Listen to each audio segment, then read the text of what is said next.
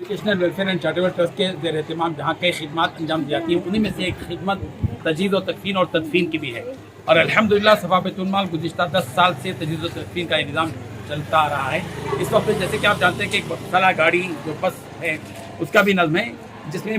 مردوں کے لیے اور عورتوں کے لیے دونوں میتوں کی غسل کا بھی نظم ہے اور پھر ان کی تدفین کا بھی نظم ہے۔ الحمدللہ مولانا حبیب الرحمن السامی صاحب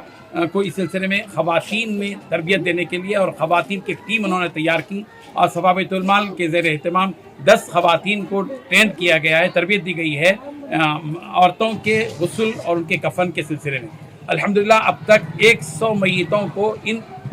ٹرینڈ اور تربیت یافتہ خواتین نے تربیت دی ہے، اور یہ سلسلہ انشاءاللہ جاری رہے گا۔ جو آپ جہاں کہیں بھی حیدرآباد اور سکندرآباد کے ان علاقوں میں جہاں کہیں بھی زنانہ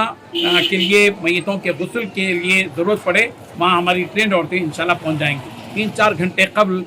فون پر، جیسے کہ آپ کو فون نمبر دیا جا رہا ہے، اس فون نمبر پر آپ ربط کریں، انشاءاللہ اس کا انتظام کیا جائے گا۔ یہ سروس کہاں کہاں تک رہے گی؟ صفا بیت المال کی جو یہ ٹرین یہ ہے، یہ حیدرآباد اور سکندرآباد کے لیے ہے، ویسے مختلف اضلاع میں بھی جیسے ظہیر آباد وغیرہ وغیرہ میں بھی، کشتہ پور، مختلف علاقوں میں الحمدللہ خواتین میں تربیت دی گئی ہے، اور